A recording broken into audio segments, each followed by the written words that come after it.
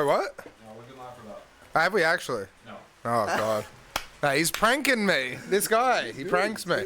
Yeah, check out the glasses, though. By the way, these are expensive, but get some. These are the coolest things in the world. Check out these glasses. All those glasses. Get a pair of those glasses. These glasses are nuts. Like, it's actually... Oh, I just started playing music through them. But yeah, literally, I just have to say, with these, it's like Google. You say, hey, Meta, what's 14 divided by 3.785 whatever? And it will tell you exactly... Like, wait. Will it do it? The glasses will talk back to you. Right? No, it was reading it out, but I talked over it, so it cuts out. I'm still figuring this tech out, but it was going to tell me the answer. Trust me. This stuff is cool. All right. Fancy tech. So we got Josh here, by the way. How's it going? So Josh runs Twilight event. What is it? Twilight Reality. Twilight Reality events. Productions is technically the starting. And so with that, you book international artists. You do this. Sorry, the glasses messed everything up. It was like a random illegal goof adventure that me and a friend did, but now it is we book international artists, and we've done some pretty big tours over the last year and a bit now. Yeah. So the first one was Mr Traumatik, which was... Yeah, Mr Traumatik's a pretty big artist to get in, right? Yeah, it was a hard one to actually get through, I guess, because the whole start of it was very, like, hot waters. And I'd been talking to him for a long time before COVID, basically. Well, before we get into that, though, so, like, where did it all start? Let's go from the beginning and build up Let's go from there. Okay, so yeah. Where it all started, really, for, like, me, for events and everything, for Duffy, I guess, and all that, is... Because, so, like, as well, like, a little thing is that you're involved with the Duff community, you run your own events, do you produce? Hip-hop scene as well. No, I don't produce anything, but the hip-hop scene is a major thing I love, and, like, I've been a part of that. Not done so much. I guess Traumz is hip-hop as well, but a lot of the, like, Perth and Australian hip-hop, like you're talking Draft, Hilltop Hoods, Bliss and Esso, like Complete, and like TPW Boys, Greasy, Cortex, like all the old school. Like I really fucked with that when I was growing up. It's a good shit. And all music really, basically, like Metallica. I like a huge range of different music. More now, I just listen to hip hop more than anything, and a lot of EDM.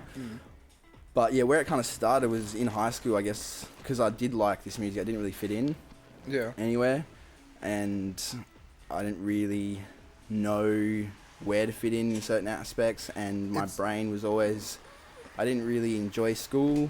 I went to a Christian high school too. I gotta say, it's actually more of a common thing than you think. Like, it was a similar thing with me. I got bullied. I was like by myself, but then like we make it work somehow. You find a family, and I guess in a sense. And I didn't really have, although I've got a great family, I don't have.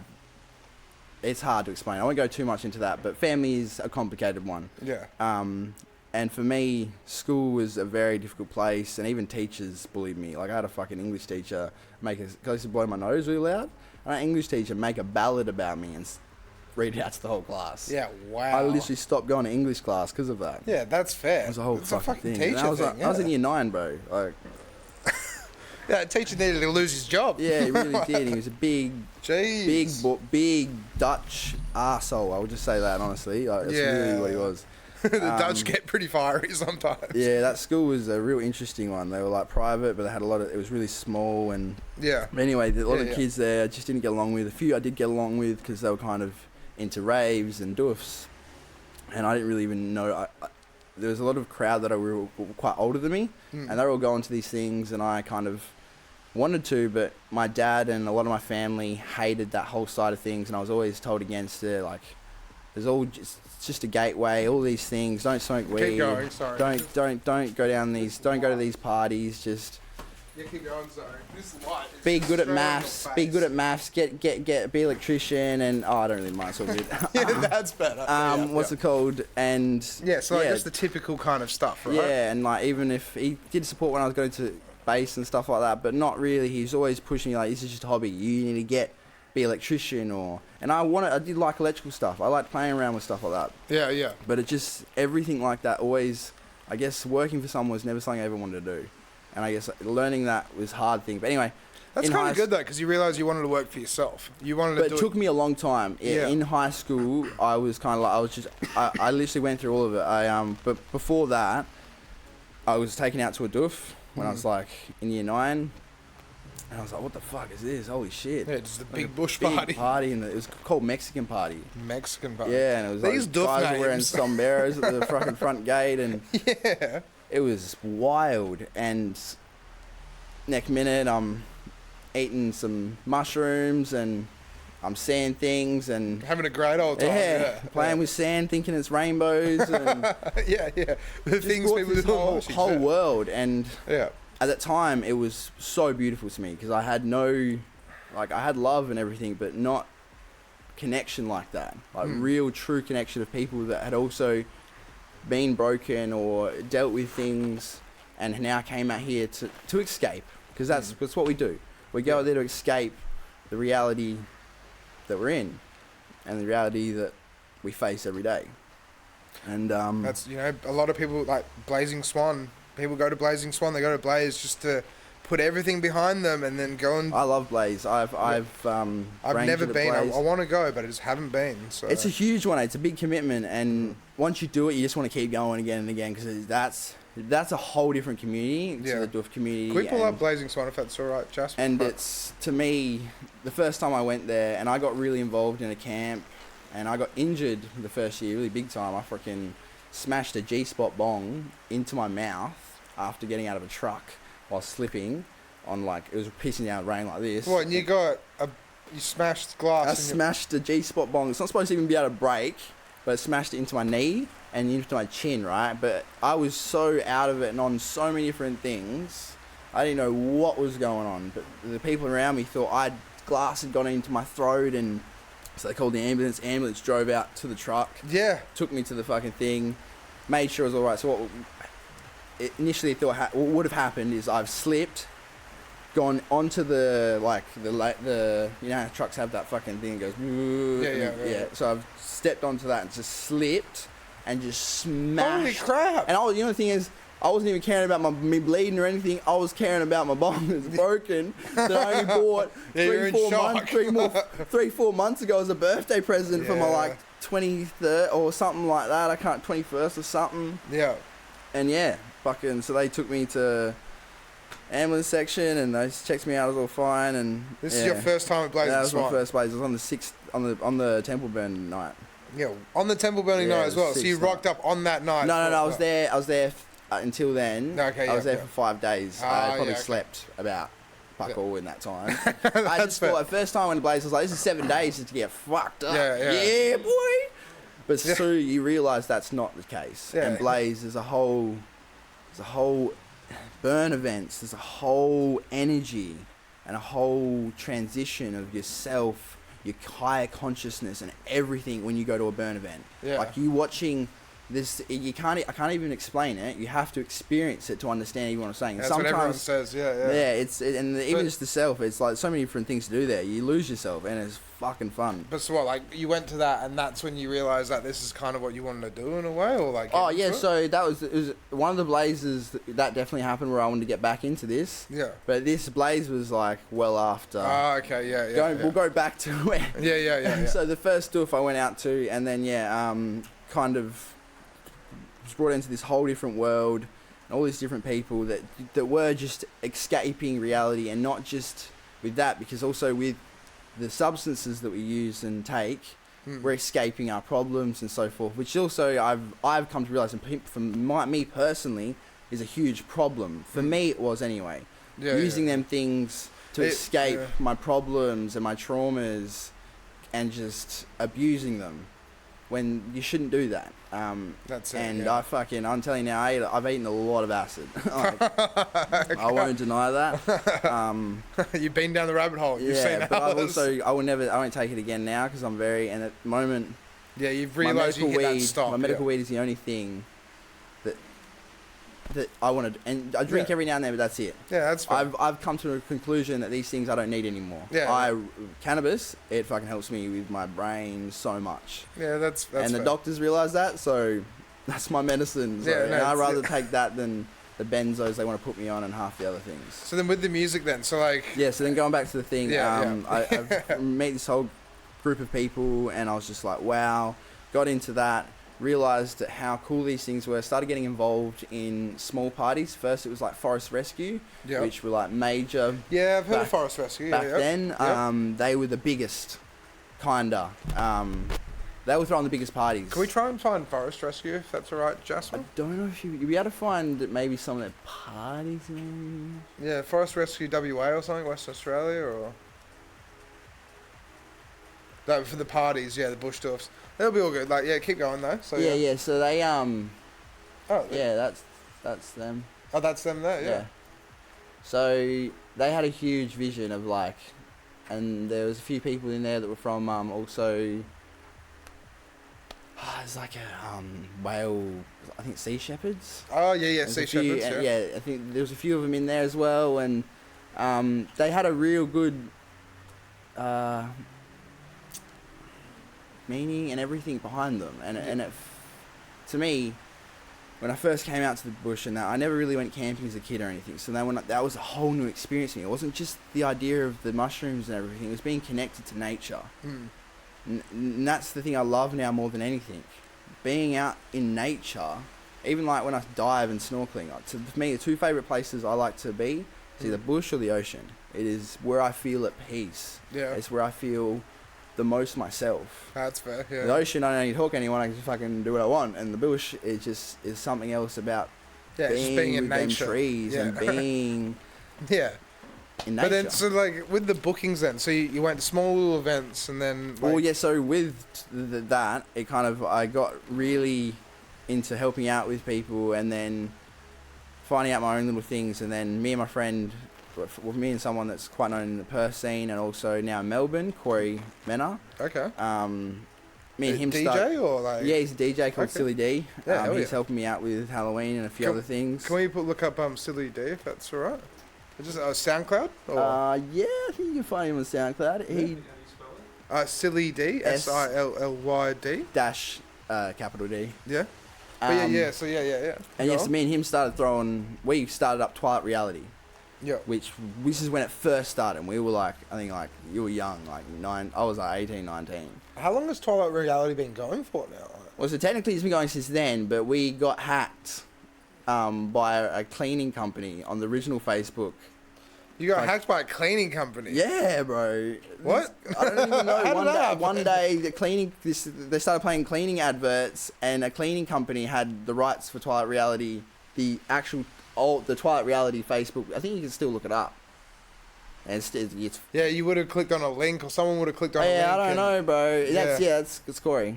That's Corey there. Yeah. No, it happened. And he's a production. He runs Luminous Creations, which is doing huge side. He helps out with Esoteric. He's helped out with some of the biggest festivals over East, and he's a huge part of ESO, and he's going to be a huge part of Halloween. Yeah. And he helps out with even events still here in Perth. Like he was going to help the Mad Hatters crew out with their Helix the Gathering. He came over for their recent thing and did projections, and I even played a set, I'm pretty sure. Yeah, projections are crazy. He's getting more and more into his, like, he does heaps of his own graphic work, everything. He is honestly, from where we started to where we both are now, it's just a credit to our hard work, honestly. Yeah. And we definitely had hiccups along the way, but... Yeah, how has it been? Like, so running events. So how long have you been running events for now? So technically we started that back when I was like 18, 19. What year was that? Like 2000. It was over 10.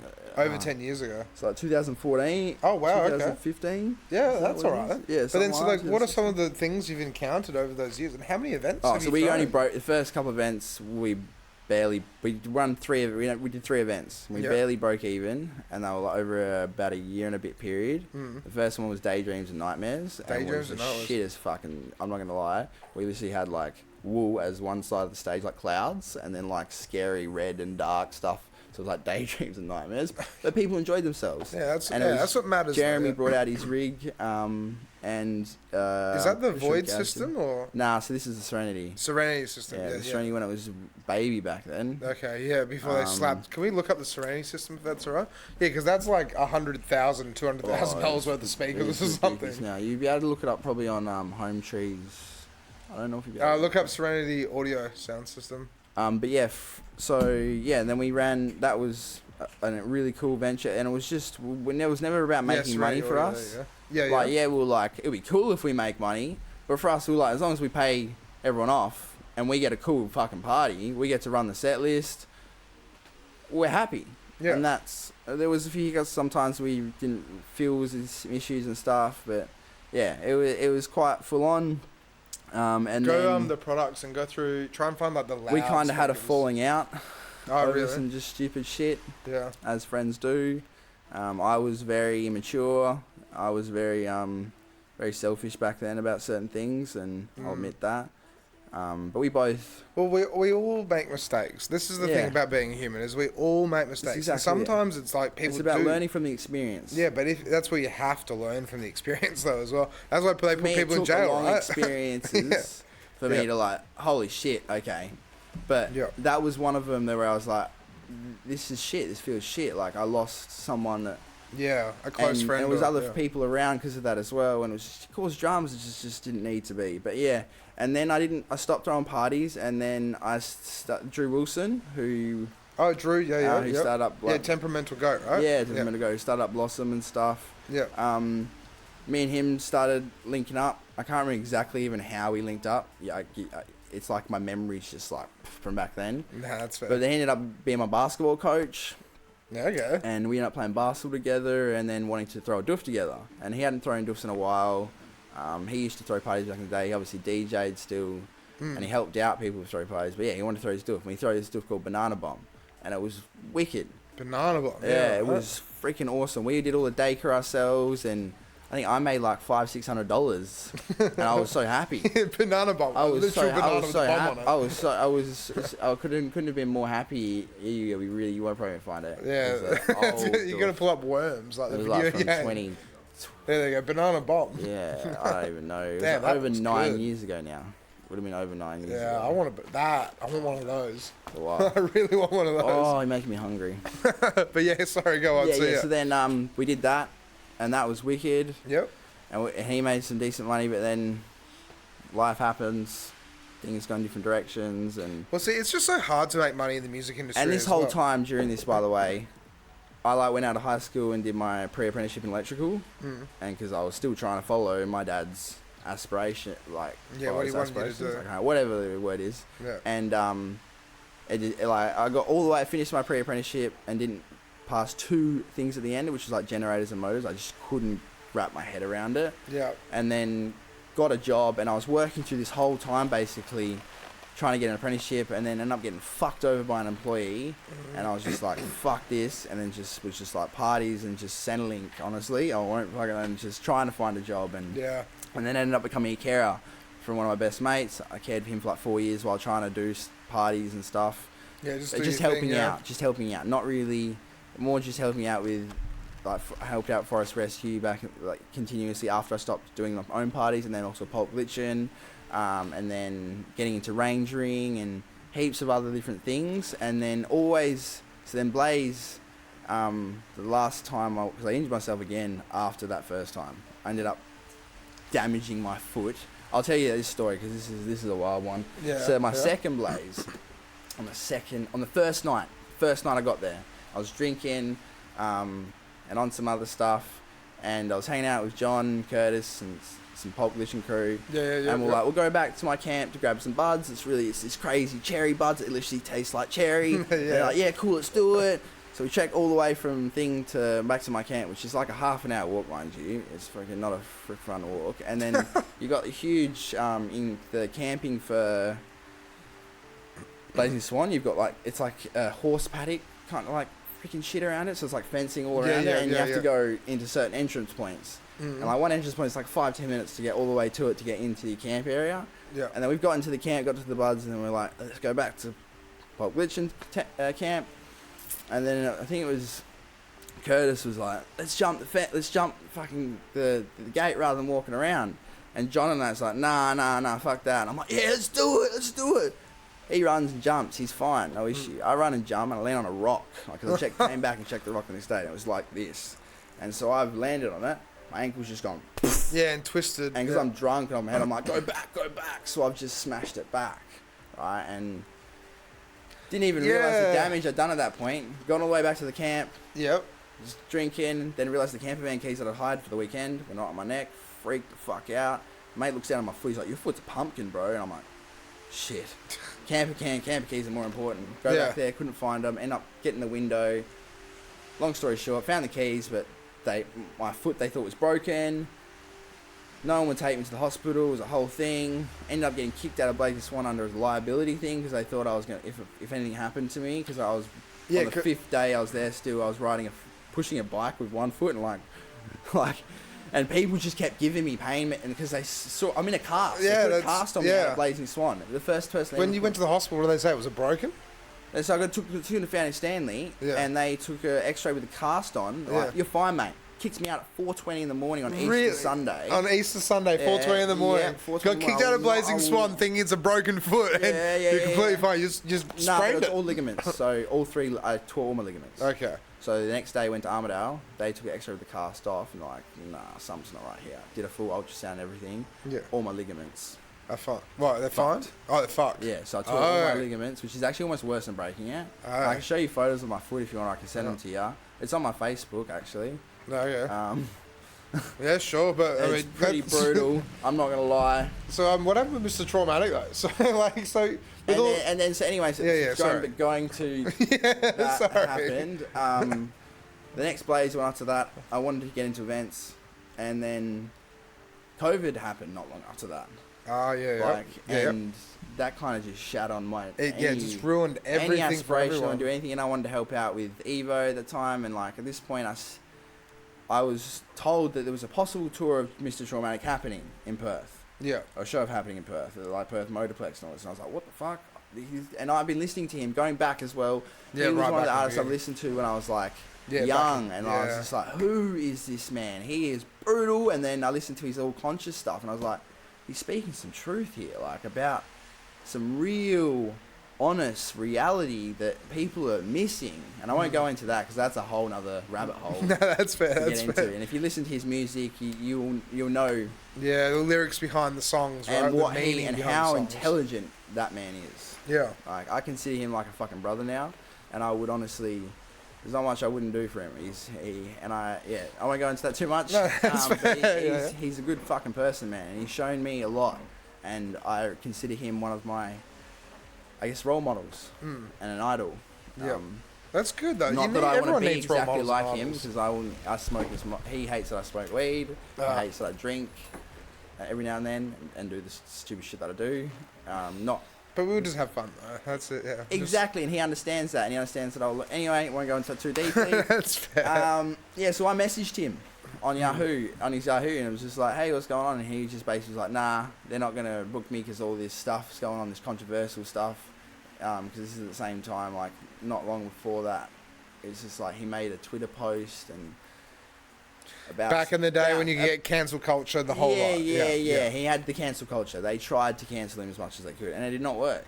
Yeah. And the testament is now that he has. If you go look at his Facebook right now, he has shows for next weekend for months and months and months, and all over England, all over. Yeah, it's Mr Traumatik, yeah. Yeah, and he proved, and so many people were like, no, he's bad. And even when I tried to bring him to Australia, bro, we had death threats. We had the club actually had threats. So we're trying to bring Mr Traumatik over, and you had death threats. Mm-hmm. What were the death threats saying? Just if you book him, you're dead. This bigot, asshole, transphobic, all this stuff over. Yeah, pretty hectic stuff, man. Jeez. You better watch where you're stepping. Pretty hectic stuff, man. I didn't care. It didn't deter me from the single thing, because to me that was just showing me what I was doing. Yeah, but so we can't really, I don't know, 500 million streams on Spotify, but that's just crazy. They're trying to cancel him. You guys are receiving death threats about trying to book this dude. So the Metro's Freo. Yeah. Got multiple messages. Saying. Jeff calls me up one day. He's like, I just want to let you know we're getting all these emails and stuff. I'm like, he's like, I don't care because you've sold 900 tickets in about a month. Yeah. And I'm like, yeah, sweet. And he's like, at the end of the day, I don't believe because it was cancel culture, and that was what it is, and it was not fair because the whole thing, right, is his manager took it out of proportion. Yes, he said some stuff on Twitter that he shouldn't have, and he admits that. He shouldn't have said it the way he said it, but he also... people should just be able to say what they want. Yeah. Not so much if they've got that much eyes on them. It's a bit hard. But look at Eminem. Look what half these artists say, and they don't even get about 2 or 3 people. Yeah. But someone that of his and saying the stuff that he says, it's just all of a sudden like, nah, let's just try and... Well, it just all comes down to what he said, I guess, but the internet's a big place. He manager tried blowing it out of proportion and saying, like, he said so much worse to his manager, because his manager didn't want to be linked to it. So his manager literally just threw him in the dirt. Yeah. And tried to just shit on him by cancelling all his shows across... Yeah, and cover him up, yeah. Yeah, and telling promoters that he's saying a lot more worse things, and he didn't... so much, man. Yeah, wow. And so then with booking him, so you just messaged him on Yahoo? Yeah, so I messaged him on Yahoo, and then basically it was during the COVID times, and then, yeah, then we were just talking, and someone was going to bring him over. It didn't actually happen. And then I was like, look, bro, I got my house savings here.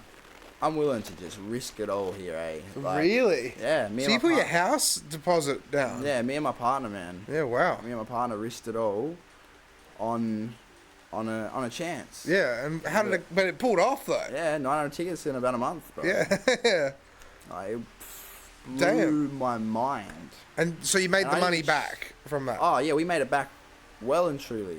Yeah, wow. I won't go into exact numbers. Yeah, that's all good. But yeah, if it was good. Damn. He got paid well and truly. He was so happy. I paid for his flights, visas, all his food, his hotels for like 5-6 days. We took them on dinners. We went like... Yeah, you had fun. Yeah. Yeah, like his DJ, Frenzy. Like, I got along with his DJ is one of my best mates now. Like, yeah.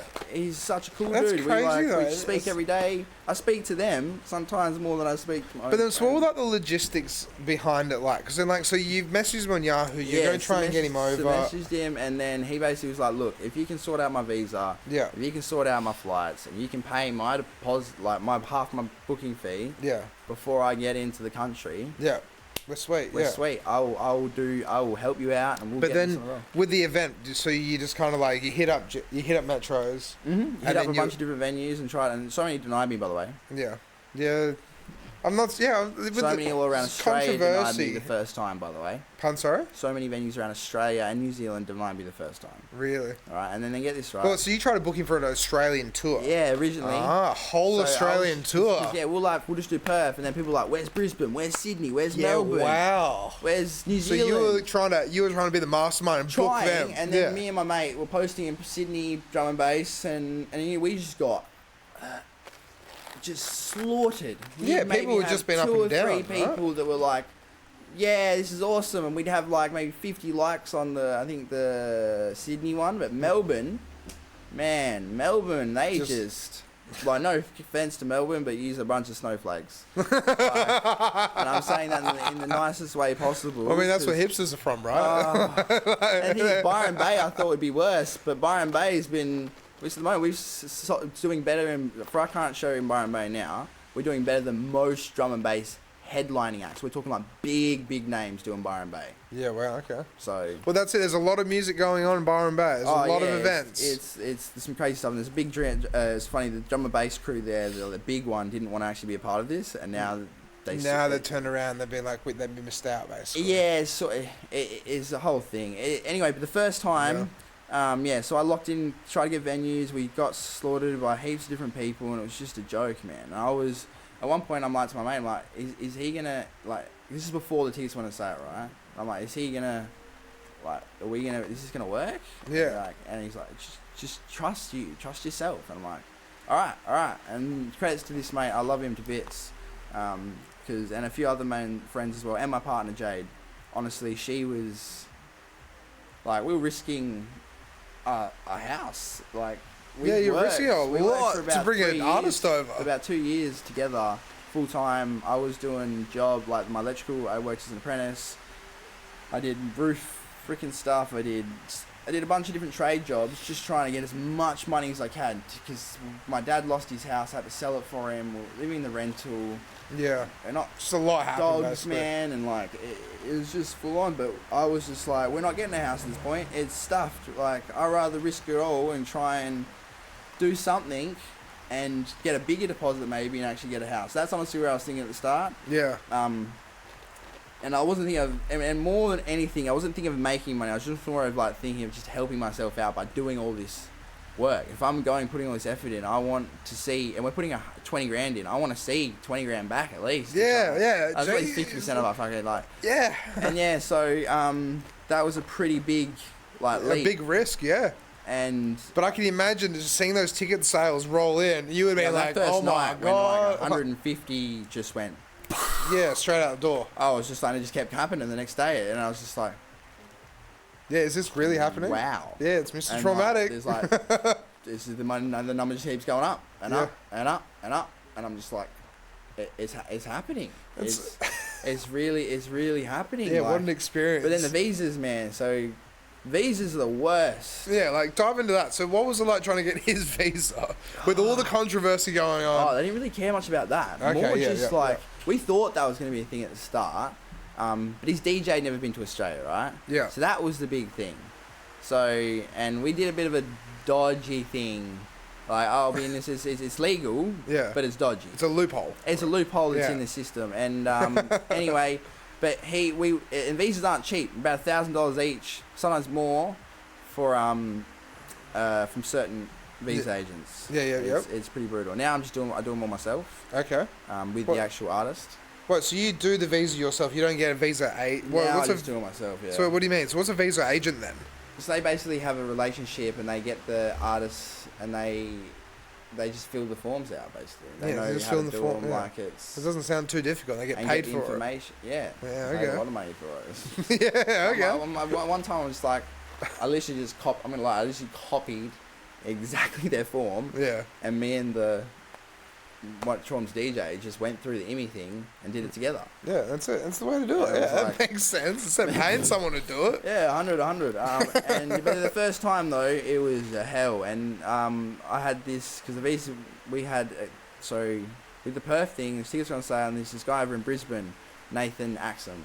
It's Nathan Clifton. He's actually a terrible person. Actually ripped us off a lot of money and ripped off a lot of Australian promoters. And he's a real. Was he like in the news and stuff? And he's been on Instagram, but he's just sly, man. He just weasels. He talks and he weasels his way back into pubs, and he's going through court. I know from a bunch of stuff. I won't talk about that, but yeah. Anyway, he reaches out and he's like, "Oh, I toured Traumz years ago and helped out with it, and kind of have him in Brisbane and Sydney." And I'm like, "Look, if you can get venues ready and all that, fine, because I can't. No one will work with me because I'm not there, and all these things. I don't have any relationships with them." Yeah, you got to build that. And he's like, "Yeah, I can do it." I'm like, "All right, sweet." And he was going to help me out with visas because he's done visas before. Yeah. And he's a visa agent, technically registered. Yeah. So he did Traumz. We got that within like 2 months. But then his DJs is just taking time. And it was honestly 2 weeks before their flight, right? That we were like, still didn't have the visa. And we're like, we're going to have to postpone the tour. I'm stuffed here because all that ticket, it would just be a whole thing. I already paid for.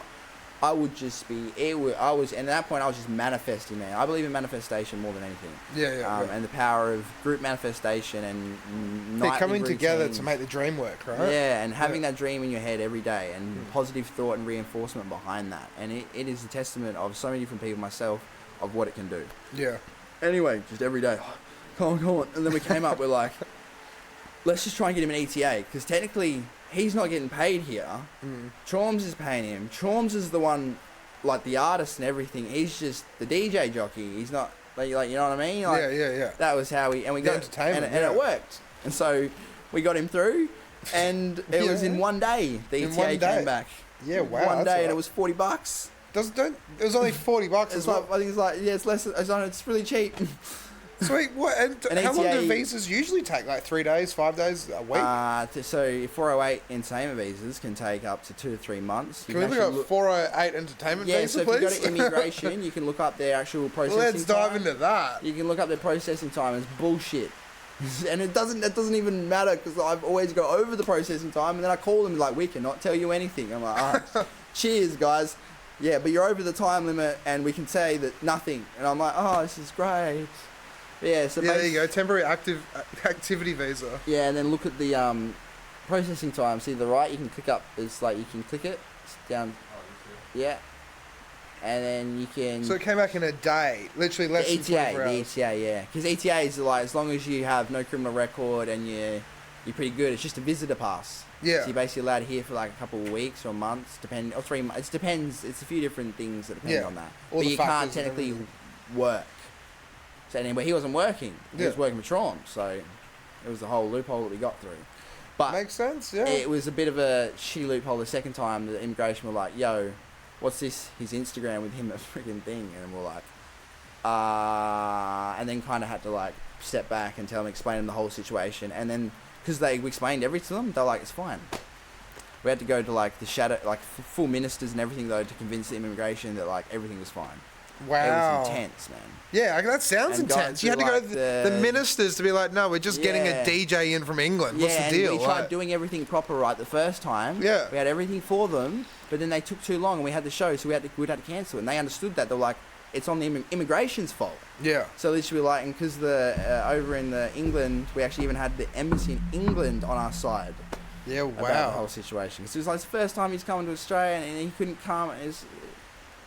Bloke's got nothing wrong. Yeah, nothing wrong. Like, just a normal dude. Yeah. And he's a DJ for one of the biggest hip hop artists. So Mr Traumatik came over, but not the DJ then? No. So we got the ETA, and they both, because otherwise Traumz wasn't coming with the DJ, because the DJ makes the show now. Yeah, exactly. He only just started playing, like, and it makes it a whole different set. It's not like he's just. It's honestly magic to me. Yeah. And so then where was the show and what was the date and how long did it go for? The first show was at Metro's Freo. It was on a Sunday. Yeah, Sunday. It was a public holiday and Labour weekend. Okay. And we actually threw another show in Perth because Jeff was like, do you want to throw a show on the Friday night or Saturday night? Yeah, Saturday night was the night before. Yeah. At Metros. Nah, at Loop. At Loop. In Wow, you went to Joondalup. Yeah, let's do it. And me and Jeff kind of split things there, and it was successful. We made a little bit of money. It wasn't really great, but the bar did decent, and it was a good night. We did more hip hop than anything. Yeah. That's awesome. That's excellent. Oh, yeah, Hives are coming to Perth, and Dope Lemon. That'd be cool. I didn't realize the Hives are coming. I think Dope Lemon. Yeah, they make some cool stuff. But yeah, no, that's epic then. So then. Then so did 2 shows, and then that was it. And we also sell merch. So he gave us his merch designs. We got the merch designs made over here, and then sold his merch for him as well. Yeah, wow. And all proceeds went to him? We went 50-50 and that together. Hell man. He was honestly a legend with that. Yeah, that's epic. We didn't make the most. Yeah, but it was just giving. The only reason I did this was so me and our crew could have. Have the merch as well. I made my own special merch. I made my own long pants, my own white shorts with like my logo on it and everything. Yeah, that's cool. It was what logo have you got? The Twilight Reality one. Yeah, let's pull it up. That's on. So you've been running for like 10 years then, the Twilight Reality. Yeah, but so he stopped. When it got hacked, I didn't. Yeah, it just stayed in the thing, and then when it came Traumz, I was trying to think of a name for the company, and I was like, Twilight Reality. And then Twilight Reality Productions, I had to use Productions because I couldn't use fucking Reality on Facebook because it was stolen. Yeah, and Productions, I just was like, oh, we're doing Productions, so yeah, that makes sense. Why not? Then, yeah. That's epic though. My foot photo. It's there. Oh my god. Feet are exposed. Yeah, there's not. There's that. Oh fuck. So yeah, that's alright. And so then, what have you got coming up? There it is. That's the egg. That was the day. That's when you twisted it. That was the day. Oh my god! Look at that bruise. Holy shit! Your whole everything's bruised. I got hospital, and I was playing basketball 6 months after that. Really? And then retore them. And you retore them. retore. It's like a weird thing. It's like you damaged the torn. Yeah, so you just damaged them again. Yeah, torn them again. Just by like. And then I need to play basketball after that. So you can't run or anything? I'm good now. Oh, you're good? It's suddenly, I just let it heal. Every now and then it will, like, be weird. But I used to, for the first 2 years, I'd have, like, full foot spasms, man, and not fun stuff. And, like, random pains where, like, it felt like someone was stabbing constantly. Not good. And, like, I healed really quick, though. The doctor was like, you heal like a miracle boy. Like, what the freak? 'Cause, like, I was 6 months. It's usually 2 to 3 years for ligament damage to heal before you. That's it. It takes with more than that sometimes. It wasn't just one ligament too. It was all 3 of my ligaments. That's why it was as bruised as it was. And so that's So what? So if you click on my and so have you found the social media and doing everything as well? Like, because it's just you that runs the page? Or it was for a while. Now we've got a bunch of tours coming up now. Yeah. Look at that. Dope DOD, and that's a massive hip hop show we've got coming up. Yeah, so you booked Mr Traumatik again, and yeah, we've got his August show coming up in August. Yeah, and you booked him for Adelaide as well. That's incredible. Yeah. Adelaide, Melbourne, Adelaide, Sydney, so Adelaide, Byron Bay, Brisbane, and Perth. And his sister's coming over, Coco Dubs. Coco Dubs, okay. Yeah. So his sister's been DJing. She does a lot of his like dubstep music. Yeah, yeah. She's sick. She just recently did a tour with Ocean Wisdom, and she's blowing up in the UK at the moment. Like, I mean, she is honestly snag her over here for a little bit. Yeah, something to watch out for, and she's a real talented artist as well as that. That's epic. So you've got those events coming up then? Yeah, yeah. So Halloween's the biggest one we've got coming up. Yeah, so you're mentioning Halloween. So what's the go with that? It's not up yet, it's still... Oh, it's up, it's all running, so you can go Freaks and Beats. Oh, so Freaks and Beats Halloween. Yeah, we can even look at the lineup video. 1.4k people have responded. 2-night camping music festival. Yeah, we're getting up there. If you go to the posts, you have to look at the, discussion. Yep, discussion, yep. You'll see the lineup video we just recently, there is right there, the lineup. I go up. Go up? The first video? Yeah, the first video. That's our lineup. That first round lineup. Reality you experience with fabrication. Nah, very cool. And so it's a legal event then? Yeah. On private property, we have pre-council. You got someone from Brazil, UK, Mexico. Yeah. There's more. Do you reckon there'll be internet signal out there? Yeah, we do. You have phone signal. We're going to offer shuttle buses. We're going to have swinging chairs. We're going to have a scary maze that's going to be operated. We're going to have at this stage, we're going to have a full... I don't think we're going to have show bags yet, but we're going to have a... You're going to have full, it's like a carnival. Carnival section, yeah. You want us to live stream it? Bro, if you want to come live stream, I'd love that. That's what I want to do. Possibly. Hey, Jasper, what do you think? I want to live stream heaps. You go fucking have fun for Halloween. Yeah, honestly, we're going wild with it. Yeah, that's it. The glasses, right? You can DJ and do live stream. I would love that. Honestly, we got. We'll put it in the maybe bank. I'll think about it. We're gonna have a whole videography team, so you can link it up to all them. It. We're gonna have cameras. We're gonna have drones.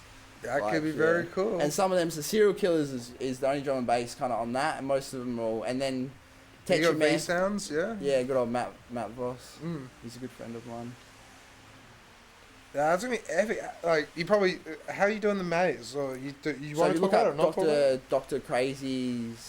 Scary's 3D maze. He does stuff at the Royal Show, and heaps of stuff. He did the one at Seasons last year. Oh, really? Okay. There was a maze at Seasons? Yeah. Okay. That's epic. Yeah. I think the Halloween for Seasons last year. We'll talk about it after this, definitely. But that sounds cool. That sounds very cool and lots of fun. How much are tickets, just for people? So currently they're at $210 for first release. $210. That's 2 days though. Yes. So it's Friday till Sunday. And then so with the show bags, you have to buy the show bags? I don't know. So I want to do gift bags, but I mean, I don't know if we're going to do that show bag. You'll have to buy them if we do that. Yeah, But I haven't figured out if it's going to be worth it, because I kind of just don't like the whole idea of show bags and the whole plastic and just shit anyways. Yeah. So it's something I have to talk with the team and... That's it. How many people have you got working with you for this? So currently there's about 10 of us that are core behind the Twilight Reality Productions crew. Yeah. But then in total there's probably about 30 of us that are all I've got my electrician, I've got my operations team, all them different areas as well. That sounds awesome. But in total, we're looking at 500 staff. If we 500 staff in total for security. Yeah, Jasper, events, let's think about it. Security event staff. If we get that 3,000 number we want, but I'm not. Yeah. So what's the capacity? How many tickets? 3K. 3K. You want 3,000 people at this place? Yeah. Okay. That's what we're aiming for, max. That's not. I don't expect that. I expect 1,000 this year. Yeah, but still, 1,000 people rocking up. Still 1,000 people. 1,000. I'm happy. Well, we hit 1,500 for Traumz. Yeah. And I won't. But that's at that's at a licensed venue though. There's some big names. That you're playing around with, yeah. I can say, yeah. Yeah, you just say you're playing some big names. The drum and bass names going to come on there. If I don't sell at least 1,000 tickets, I think Perth is crazy. Yeah. Yeah. Okay. Well, that's it. Well, Perth is we're a big country town. Yeah. Country music's coming up at the moment. Yeah. Well, we're doing a live band stage.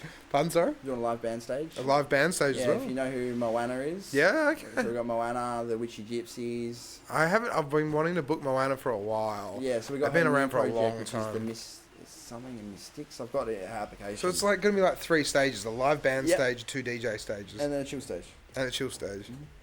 Yeah, wow, that sounds incredible. It sounds like a lot of work. Yeah. Well, like, we're running out of time, but like... Yeah. Yeah, I was going to say we should wrap it up, but I think, like, I'll get you back on after the festival as well. Yeah, for sure. Because then, like, we can do, like, a recap. We can even... Fucking debrief, maybe. I can jump up after Traumz tour in August. Yeah, possibly as well, yeah. Because we'll have more lineups there and everything. Yeah, that's it. Yeah, and do some hype up and do some promotion, the whole lot. Yeah. No, but cheers for this. This has been good. Nah, it's all good. Yeah, fucking good stories and everything. Sometimes I just don't stop talking, eh? Yeah, no, you're all right. That's the thing about this. Usually it's all about the guests. The ADD in me as well. Yeah. I got ADD as well. Like, yeah. There. I still can't get over that. Like, you put your house deposit down for it. Yeah. But then it worked, and you got your money back plus more. And it's like, what a risk. I survived off, like, basically what that was, and my partner working for, like, till the next tour. Yeah. And we did the next tour basically the same year. Yeah. So we did a tour in March, and then we did a tour in October with Devilman. And that was all around Australia and New Zealand. And you did a tour with Devilman. Yeah, and Traumatik. And Traumatik. So you went and hung out with them. Yeah. And we didn't dive into that. Let's dive into that quickly. So you literally went all around Australia, not New Zealand. I sent my best mate to New Zealand because... Yeah, it was a bit too far or something. Yeah, I couldn't get my passport. It was a whole bunch of... A whole big thing, shit. And I'm glad I didn't go to New Zealand. Fucking, I'm going to go there next year. But, and we're doing, because we're doing 6 cities he wants to do next year in New Zealand. But yeah, so I went with Devilman. We went to Adelaide, Brisbane, and then back to Perth. Yeah, wow. And we did Geraldton.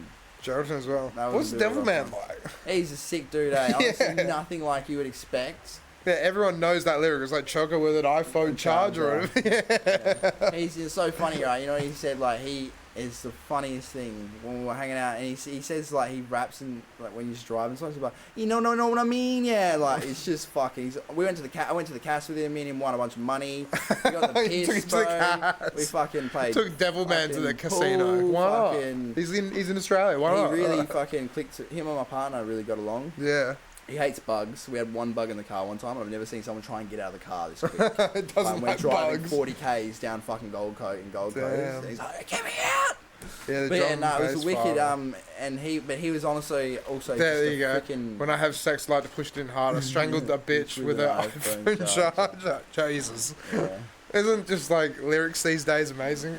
Like everyone knows him because of this song. Yeah, when that plays. It's mental. Yeah, if he's singing that, everyone will go off their shit. I wish we could play it. We can't play it. Yeah, everyone knows it. It just blew up here.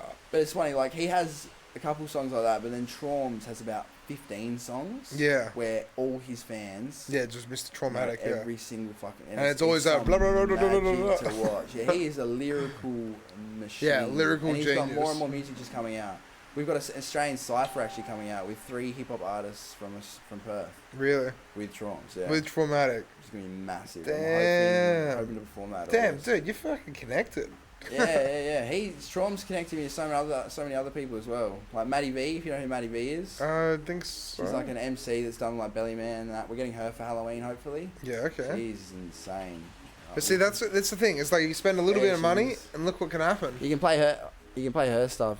She's Oh, well, just in case, because even in the future we can get copyrighted. Oh yeah, you can copyright it. That's right. Yeah, that's the problem. We just get copyrighted. She's awesome, eh? She's Well, we need more girls in the scene doing. Yeah, I'm trying to get. DJing, we're bringing like. It's hard because a lot of girl MCs are like hard to find. Yeah, like, well, they're emerging. They're coming out. Yeah, and my partner actually does writes raps. Okay. And she's honestly, when she finally gets the thing to get a studio, she's gonna be up there. No, that's epic. That's really cool. But yeah, it's gonna be fucking sick. And Devilman was awesome. He was just a real interesting character. Hey, and now he's like, I wish he could be called. He wishes he could be called Angel Man. Angel Man, it's a Devilman. He's just such a good dude. He's He's got like 5 kids, man. He's such a good dad. He's got one of the best partners. She like calls him as he gets off the plane. Are you okay? Are you safe? And it's just so cute. She cares. That's good. And he's coming for Halloween. Devilman's coming to Halloween. That I can say. I can't say the other one. Alright, yeah, well, I think we should go. I can't say the other one's coming. Might do an interview. He's going to be doing a wicked... Oh, yeah. Yeah, I might ask him, bro, if you want... You can interview all your artists. Yeah, that's what I mean. Talk about that after. Yeah, for sure. Yeah. Alright, let's... let's wrap it up. Not Alright, so we'll see... So, funnily enough, there's not going to be a podcast next week. Part of the reason why I bought these bloody glasses, right, is I'm actually going to Tasmania. So we're going to Tasmania. Can you please look up Dark Mofo, if that's okay?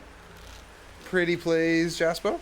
So Dark Mofo is actually where a billionaire comes to Tasmania, takes over the entire city of Hobart, and turns it into a gothic, punk, emo, interactive. F the system, just flip it upside down, basically. See if you can find a video of it, maybe. And there's there's things on different nights where you go on little journees. That's exactly it. You, all of a sudden, you go to this place and it'll be like, what and see, look at that night mass.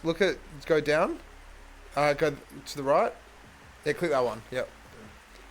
And then maybe just mute the audio. So I'm going to this. I'm going to this next week. They actually get some interesting artists. Yeah. Yeah. I'm going to go see Clowncore. We'll put Clowncore on after this. But what's it called? But look at this. Yeah, Winter Feast. It's a full festival. So I'm going to be wearing the glasses, taking the drone. It's one of the biggest things Tasmania has. Hiring a car. They think that's kind of similar to the Strange thing that they do here in the city. Strange things. Yeah, that's it. Yeah. It's similar to Dark That's Mofo. it. It's on a small scale. And so that's the 2 people there. I'm Dark pretty sure Mofo is like another. I think he's the main dude, and pretty sure the guy to the right is actually someone that also helps out with. Yeah, but it's incredible. Yeah, but if we go through so much and they don't expect fuck all. Yeah. Because it's like Fringe World. That's what they try and do. It's like Fringe Festival over there, apparently. Basically, but on a on a bigger scale, conscious level of Well, they take over the whole of city of Hobart. It's nuts. So that's happening. I can't wait next week to go dive into that. Yeah, it's gonna be wicked. And then definitely gonna take them glasses and get some good footage. That's exactly it. Take some first person footage and the thing is, I'm going to wineries, I'm getting a car, I'm doing this, I'm doing that. I'm just going to go explore Tasmania. I haven't been there. I want to go there one time. I always want to do a tour there, but it's so hard. Yeah, it would be. It's a small little island. It's away from everything. But there are people there, but it's just difficult. Can you pull up Clowncore if that's okay?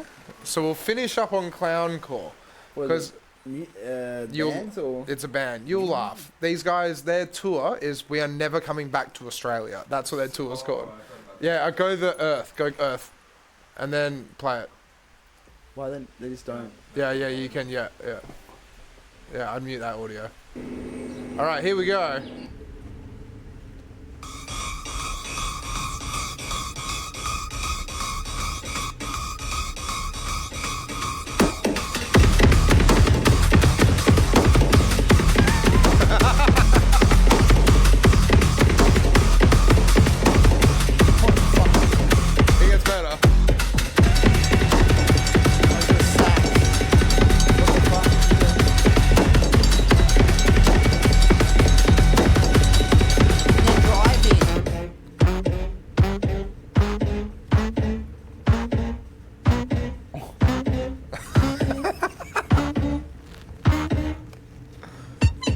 Are they playing in Perth?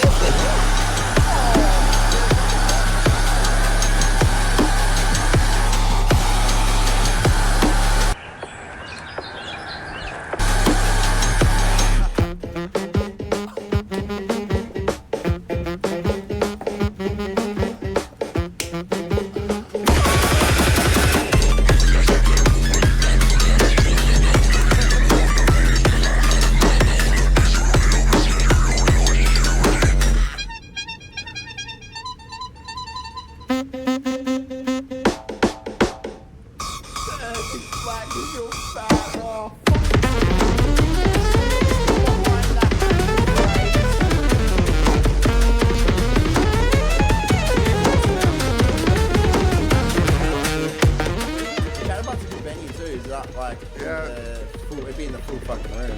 Yeah, so they're from America. I was going to do a gig at the Shadow Bar. So they're from America, they're coming over and they're going Dark Mofo. Yeah, so they've sold out. They sold out in like 2 days, so I'm part of that. Yeah, that'd be wicked. I can't wait. I'm just going to have a few beers and go hang out, right? Yeah, definitely know what that's like. That looks freaking mental. And they're also playing at Rechabite as well. Yeah, I'll definitely have to try and have they're playing at Rechabite in Perth. When is that though? I Google it. Pull it up. Yeah, I want to know when that is. I don't know if the tickets are sold out yet, but they're at Crown Core Perth. Yeah, there you go, Rechabite. Look at that, tickets. And look, the tour is literally called We Are Never Coming Back to Australia. What day is it? 2nd of June. Oh, I think that's the day Jay goes to Short Stack. Yeah, tour date. All sold out. 10th of June. The only way to be able to find tickets is Tixel. Yeah, so it's sold out then, yeah. Yeah, that's it. Because, like, that's the thing. Imagine seeing that. You see that once, you're like, all right, well, that's cool. But it's like Arnie Donna's one of my favourite comedians. Arnie Donna, yeah, that kind of stuff, yeah. It's just like, well, you walk out there, you're like, what the fuck? Like, that fact made me feel good, what the fuck? Yeah. That's it, right? Anyway, let's wrap it up. I love sax, too. Like, yeah, saxophone's awesome. I recently just got a flute. Yeah. Anyway, thank you so much, Josh. No, you're good. This has been good. This has been great. And thank you, Jasper. Yeah. Yeah, cheers, Jasper. For doing things. Doing his thing. All right, so I'm putting the glasses back on. I'm going to film this. But we will see you guys. The light come on. We will see you guys in 2 weeks for when the podcast is back and after my trip to Tasmania and doing my thing. See ya. That light turned off? Yeah.